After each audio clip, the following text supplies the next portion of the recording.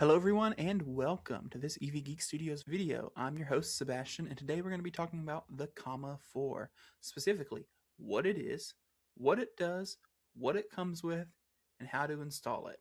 So without further ado, let's plug in and get started.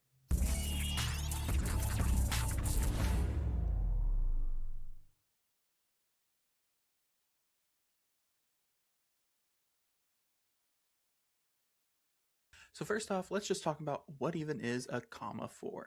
So the Comma 4 is a compact aftermarket driver's assistance computer designed to be used with almost any car.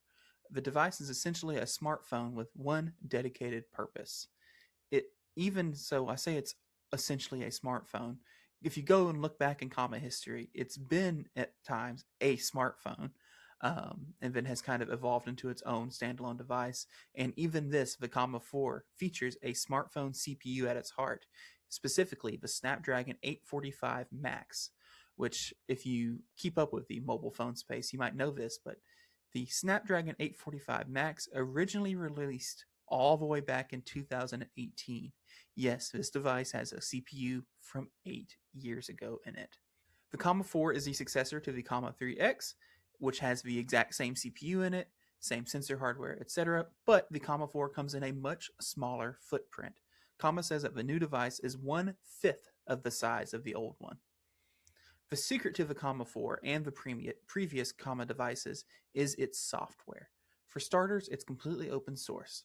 While Comma maintains their own software for the device called OpenPilot, there's an almost endless array of options to choose from, with some forks of the software for specific models of vehicles, other forks that have different focuses, etc. But generally speaking, all of these forks are meant to add the following features to most vehicles. For one, you get advanced lane centering. So not only does it do lane centering, but it will add support for things like hands-off lane centering.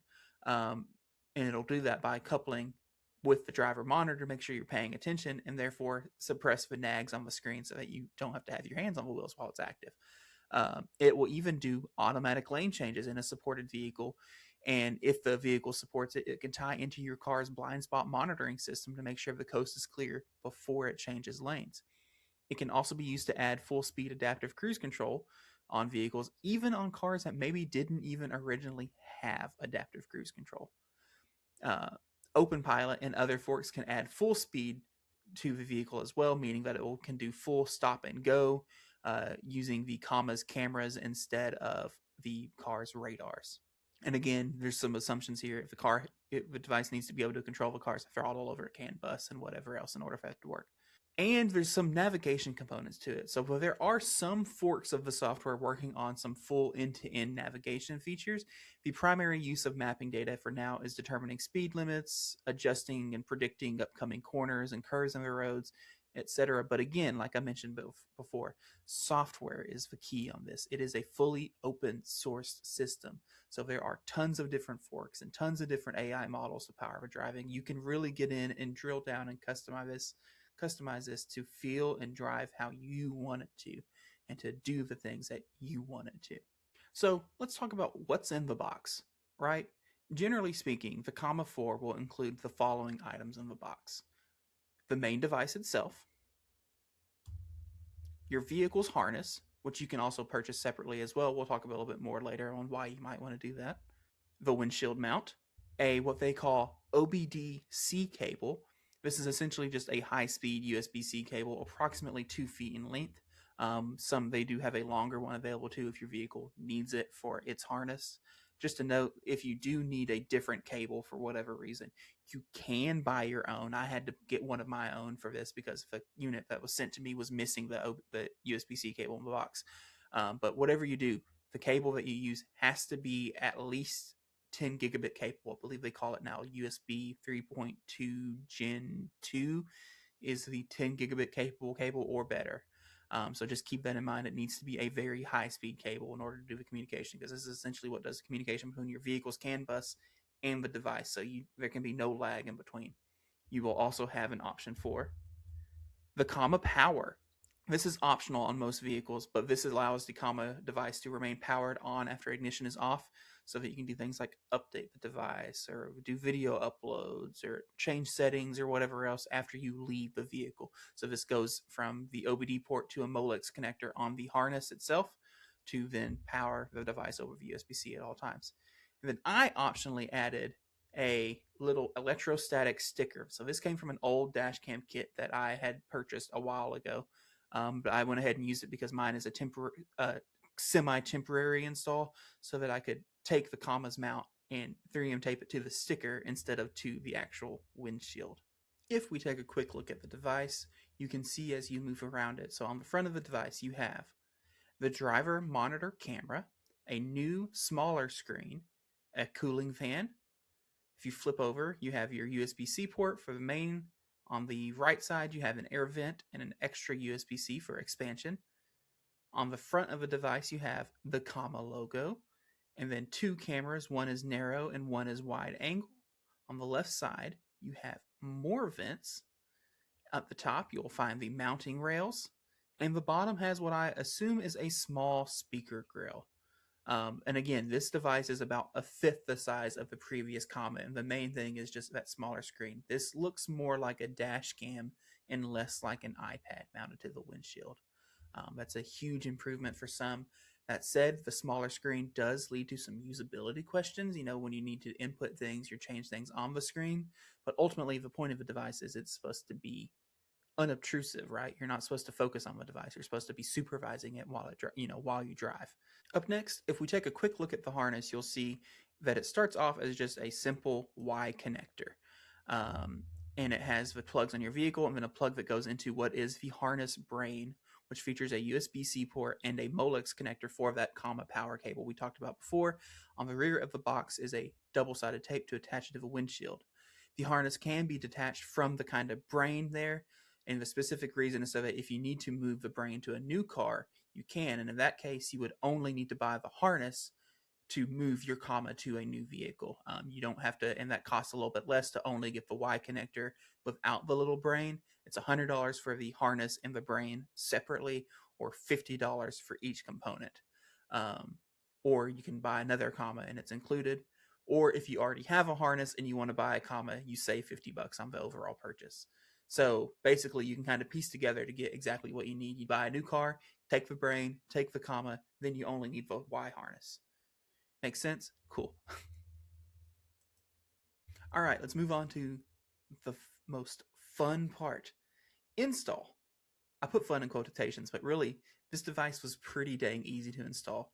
Arguably, the hardest part, especially on my car, an Ioniq 5, was just figuring out how to remove the cover off of the mirror shroud. So I've got this video here that I'm recording. I'm just gonna voice over it, and I'll speed up and kind of tell you what's going on. So the first thing you're gonna want to do before you do anything is you need to measure your windshield. The reason you do this is you want to figure out the height where you want to mount it. You want to make sure to mount it low enough on the windshield that the driver's camera can see you and that you can see the screen. And you want to also, just most importantly, make sure there's enough room for you to slide the device up to take it off the mount. You know, when you have the mirror cover on and everything, if there's not enough room to slide it up, you don't have to disassemble the car every time you need to remove the comma for whatever reason. You can see here I was using the lens of my fit cam to mark the height, since it already sits a bit lower than the mirror as is. We're going to talk about the issues I had because of the fit cam being there in a second, but I was at least able to use it to my advantage here to find the height. The next thing you're going to want to do is you'll want to measure your windshield to find the center. It's important for the comma device to sit on the middle or the center of the windshield horizontally, as that will impact your lane placement while using the lane centering function. It's because logically, if the camera's in the middle, it's assuming it's in the middle of the car. If it's not in the middle of the car, then it's going to be shifted over. Your centering will be shifted over the same amount, right? Makes sense. And so you can see I just did this kind of haphazardly with a tape measure and found the center and then marked it with a piece of painter's tape on the outside of the glass in a kind of a T shape to pinpoint where the device would actually sit. Next up, you're going to see me do my optional step. I'm going to go ahead and put that electrostatic sticker on the sticker. That way I can then stick the mount to that. I just place this kind of in that T where the center of the windshield is and the height that I want marked. And now for the part that's a little more complicated for me in the video than what you would have to do in your car unless you happen to also have this. So I have an aftermarket dash cam from FitCamX that I had to remove in order to use the common device, mainly just because the common device has to sit a little bit below, and so it would fully block the view of the camera on the FitCam while it's installed, so there's no sense in leaving it up there. Um, you're going to see me when I pull the shroud off, there's going to be a couple wires I have to remove. You won't have to do that if you don't already have a FitCam. So if, like, I had to remove a wire, if a FitCam gets its power from the auto dimming mirror, so I had to take that little Y harness out and then take the camera or the rear camera wire out, and I just kind of tucked that stuff up in my headliner for now. Once the shroud and the camera is off, you can start connecting the camera's wire harness. You'll see here that I start by unplugging the cable from the forward camera sensor and then attach the Y cable in line. Next, I had to figure exactly where I wanted that little brain to go. So pro tip, should have done this myself. This is a great time to plug that USB-C cable in so that you can see if it fits before you stick the tape to your windshield. You live and you learn. I spent too long on this step, as you can see. Also, a correct length USB cable goes a long way. The cable I ended up using, because it's what I had, I tried to go to 4 different stores to find a shorter USB-C 10 gig cable and struck out at the same time, and Amazon is being painfully slow for some reason. So I just used a cable that was way too long and had to shove all the excess in the headliner. Way easier to just use the right cable from the start. Once you've got the USB connected and the box mounted, you can now run the comma power cable if you'll be using it. I didn't in this step. I might go in and add it later, but for now I'm not using it. Generally speaking, though, if you want to install it, you'll go from your OBD port, run up the A-pillar, across the headliner, and then into the harness box where you are, and you'll tuck the excess wherever you can tuck it. Next, you'll want to take all your cables out of the way, and then reattach the mirror shroud, which should go back on in the reverse of how it came off. So keep note when you take the shroud off, how you took it off to make it easier to put it back on, because sometimes the clips do not work the way you think they will. Then it's time to mount the comma. Once again, make sure the mount is centered and at the height you previously measured, and make sure the mount is level and straight. You guys don't see this in the video, but after I booted the device up and was looking at it for a second, I realized mine was not level. So I ended up pulling that electrostatic sticker off, repositioning it, sticking it back on, and then putting the comma device back on so that it was actually level. Again, just it needs to be very well positioned to make sure it can calibrate properly and all that. When you get the mount stuck on, by the way, there's no front to it. The device can slide on either way, so the mount just goes on. You don't have to worry about orientation that way. Once the mount is attached, you can then just plug in your USB cable, slide the device in the mount, route the cable, whatever makes it feel pretty, and then you turn the car on, and you'll see it power up. You'll see that little comma screen pop up. If you use the comma power cable, as soon as you plug that USB-C cable in, the device is going to boot because it's getting 12-volt power from your OBD port. But if not, then you don't get power until the actual camera itself, the car's camera, is powered on. Once the thing is booted up, it's time for setup, which is arguably the easiest part. So once it's fully booted, you're going to see a giant green button on the screen that says Start. You'll hit Start, and then it's going to come up and ask you which brand you want. Do you want OpenPilot, or do you want to use third-party software? For most people, the first time you do this, you will go ahead and use OpenPilot. That way you can just kind of get used to get used to the bearings of how it works or whatever, and then maybe you'll decide to go and play around with the forks such as Sunny Pilot or Frog Pilot or Blue Pilot or one of the other 5011 options there are. The next step will ask you to connect to Wi-Fi so that it can download and install the software. After it connects, you'll press that big green Install OpenPilot button. The device will download, install, and then reboot. After it reboots, you have to scroll through the terms. You're going to let the driver monitor camera calibrate, and then you're done. It's ready to rock. On your first drive, it's going to do a calibration for about half a mile, maybe a mile. As long as you have speeds above 15 miles an hour, it'll calibrate. And then after that, whenever you enable cruise control, the device will chime, and then it's driving. Easy peasy. Now, you'll notice I said there, whenever you engage cruise control. That is one of the biggest downfalls of OpenPilot, in my opinion.